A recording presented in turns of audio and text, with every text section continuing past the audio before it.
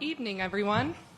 We are joined here with world number 1 and 2026 American Express winner, Scottie Scheffler. Scottie captured your 20th win here and in your season debut. What does it mean to cross that threshold for 20th win? Yeah, to be honest, I had not really thought about that very much. That's a pretty cool feat to get to. This week in particular was a nice week. Got off to a good start over there on La Quinta, and then I came over here and kept the momentum going on these two courses. And today was a day in which I played pretty nice and did some good things out there. And I hit a lot of wedges really close to the hole and gave myself some easy birdies. And then when I was out of position, did a good job of getting the ball up and down. It was a fun final pairing with fellow friend Siwoo Kim and 18-year-old Blades Brown. But what do you remember coming down a difficult stretch here? Yeah, it's always fun getting to play with Siwoo. We play a lot of golf together, and he's such a talented player. And then Blades obviously has a lot of talent as well, and it was fun to kind of see his game today. He's definitely a guy that has a bright future out here for sure. We're going to go and open up questions to media. If you have any, raise your hand. We'll get it over to you. We're going to start off with Larry. When you hear the comparisons now, you're only the third player before the age of 30 to win 20 and have 4 majors with Tiger and Jack, and 36th all-time on the win list. What's your reaction to being put in those terms? Anytime you can get mentioned with those guys, it means you're doing some stuff right. At the end of the day, it's not something that'll occupy many of my thoughts, day to day. When I was thinking about getting ready for this week, I was just trying to prepare and do the best that I could, and hopefully we'll get out of here tonight and then get ready to gear up again, get some rest, and then get ready to kind of do it all over again in a couple of weeks. But I don't spend too much time thinking about the milestones or anything like that. At the beginning of the day, you're one shot back, but you're the world number 1, and you're the guy with the most wins in that group. Do you think you've got an advantage because of who you are and what you've done in the last 4 years? Not necessarily. I think you got to go out there and there's a reason we play the tournament. There's a reason why we have to finish off the tournament. You don't get awarded the trophy on the 16th hole. You got to finish the tournament. And I was going against 2 guys today in the final group that are really, really talented players. Siwoo has so much talent. He's so good at golf. And then Blades, this is my first time seeing him, but anybody, at 18 years old that can make it into the final pairing of a PGA Tour event's doing something right. And then there was plenty of other guys behind us chasing us. And so, and it's a golf course where you got to go out there and make birdies. So there was a lot of challenges today, but I'm proud of the way we played and put up a nice run. You'd have taken the trophy at 16 green instead of going to 17 tee today. Yeah, I would have taken it on the first if they would give it to me there, but. Doug? Let me watch this play real quick. Nice.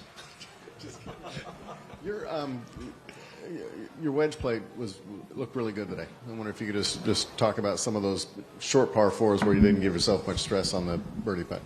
I guess starting on 4, I had a nice 8-iron in there. Really good pitch on the 5th hole. 7 was a pin that you could kind of get after. A little bit of a bowl pin back there. Hit a really nice wedge in. 8, same thing. Hit a good wedge. Made about a 10-footer.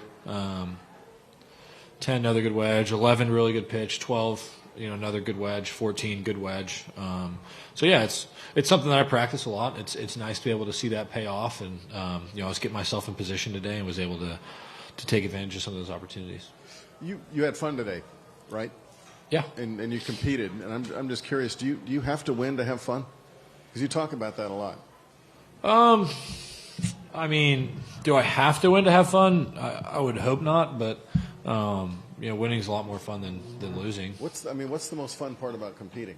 Is it winning or is it something else? Well, I think it's really cool to step up there in the first tee, and I was just a kid dreaming of playing golf on the PGA Tour, and so to be able to come out here and play in final groups, play in front of crowds, play on the tour that I dreamed of playing on is really a cool feeling. And being in the arena, being in contention is a lot of fun just because it's something that we practice and work so hard for. So when you get in those moments, you're prepared and you're able to enjoy the competition. This is something that is fun for me, but it can be really hard when things don't go your way. It's a lot more fun winning than losing. I'd agree. And go ahead. We have Todd, and then we'll go back to Doug. cut him off. Go over to Paul. Todd, take over. Couple for you, Scotty. You spend all this off season kind of preparing yourself to come out here and play well, and then you do what you did today. I mean, there's like, I don't know, 9 shots inside 6 feet or whatever today. I mean, is that even better than what you could have expected coming out here? I mean, there's always a certain amount of rust when it comes to playing competitive golf. You know, I think coming out here, you can simulate it as best you can at home, but you can only get into the heat of the moment where you're posting a score and you're in contention when you're at a tournament.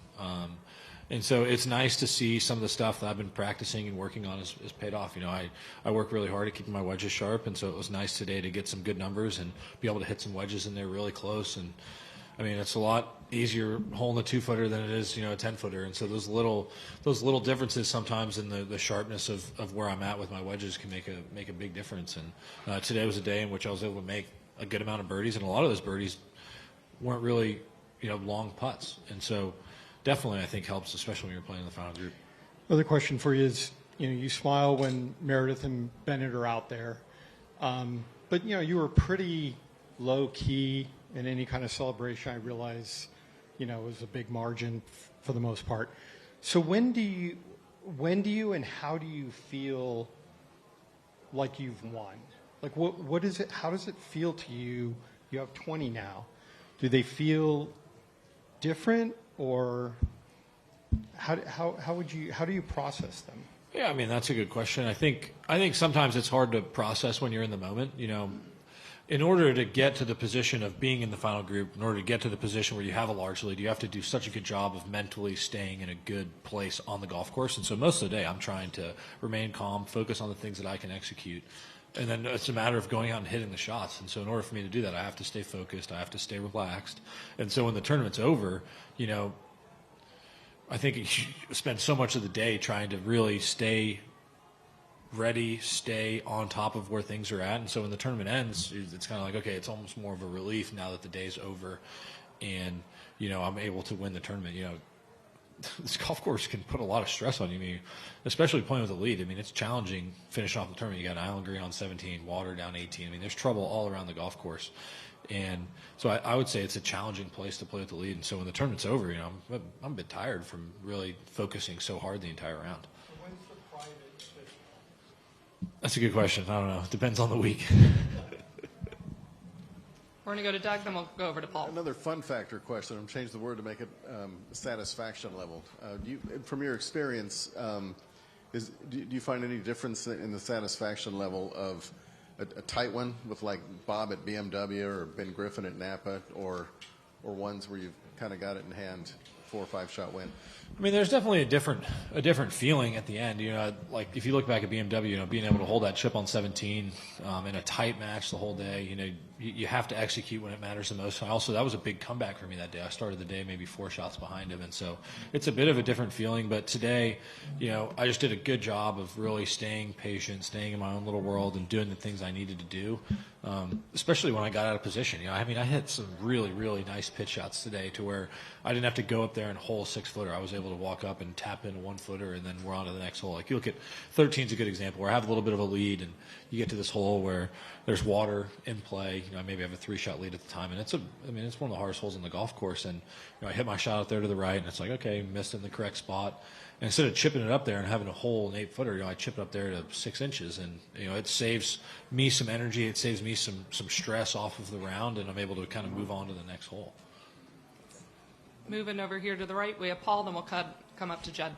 Scotty, just wondering, last year with the injury, you kind of had to play your way into form. This year, you obviously have the full off season to do what you needed to do. Can you kind of just compare and contrast how it felt returning last year to your first tournament compared to this year when you had, you know, all that time to do what you wanted to do? Yeah, it's a bit easier this way. I'm going to try to continue this into the future. You know, this is a little easier off season than last. I mean, it's one of those things. When you look at last year, it is different just because I had made what I felt was so much progress in the offseason, and then to have that basically taken away by, you know, 4 to 6 weeks of, you know, inactivity from golf. You know, that has an effect. You know, to fine tune the skills that we have out here takes a lot of work. I mean, there's like the chipping. Like there's a big difference between hitting a chip to a foot versus 5 feet. You know, if I hit it to a foot, I'm probably never going to miss that foot putt. But if you hit it to 5 feet, you know, that's your percentages of making that putt go down. And when you just kind of see that over the course of 4 days, you know, that has an effect on where my game is at. And so being able to have the whole offseason to prepare to come out here, you know, I did take a nice break at the end of the year, but to have that time to prepare and get my body and mind right in order to compete, I think really paid off, you know, early in the season. Judd? Scottie, along with the new history that you authored today with your 20th win, we've, of course, got our proud history in the Coachella Valley, 67 consecutive years of tour golf. Provided some uncertainty of what the schedule could look like for next year. What would you, as the new Amex champion, and we're very proud to call you that here, what would you say about keeping this tournament when it is and where it is? Yeah, I mean, that stuff is all above my pay grade. You know, I can come out here and compete where you know, where the tournaments are, and the PGA Tour runs, you know, the best tournaments in the world. I think we have the best tour in the world and the best competition, and tournaments like these are really fun to play. I mean, we get spoiled out here this week. The golf courses are in fantastic condition. The crowds are really nice, and it's a fun week to come out here and play golf. Unless there are any others, we'll finish up with Doug. Talk a lot about staying patient when you're not off to a great start, and I hear that from a lot of players who stay patient. Can you give an idea what it looks like when you're not, just so we'll know? If things are flying around, that's typically not a good sign, whether it be clubs or other objects. That's typically a bad sign. No, I think especially when you look at a golf course like this, it's extremely important because you can't really force it around this place. Like, I hit a nice shot at number 4, but then I played the next hole, the fifth hole. I played that par 5, how I would describe, quite smart. You know, I hit a nice drive into the fairway, which was almost a mistake. I was almost aiming down the right rough line. Then we miss it in the correct spot left of the green. I'm able to take advantage of my short game, get the ball up and down, and have an easy birdie. If I was trying to force things, you know, maybe I felt like I had to make eagle on that hole. You know, maybe I chase after that pin on the right side and hit it in the water, or put it in a tough spot over the green. A lot of staying patient is just continuing to execute and play the right shots. At the one hole at a time.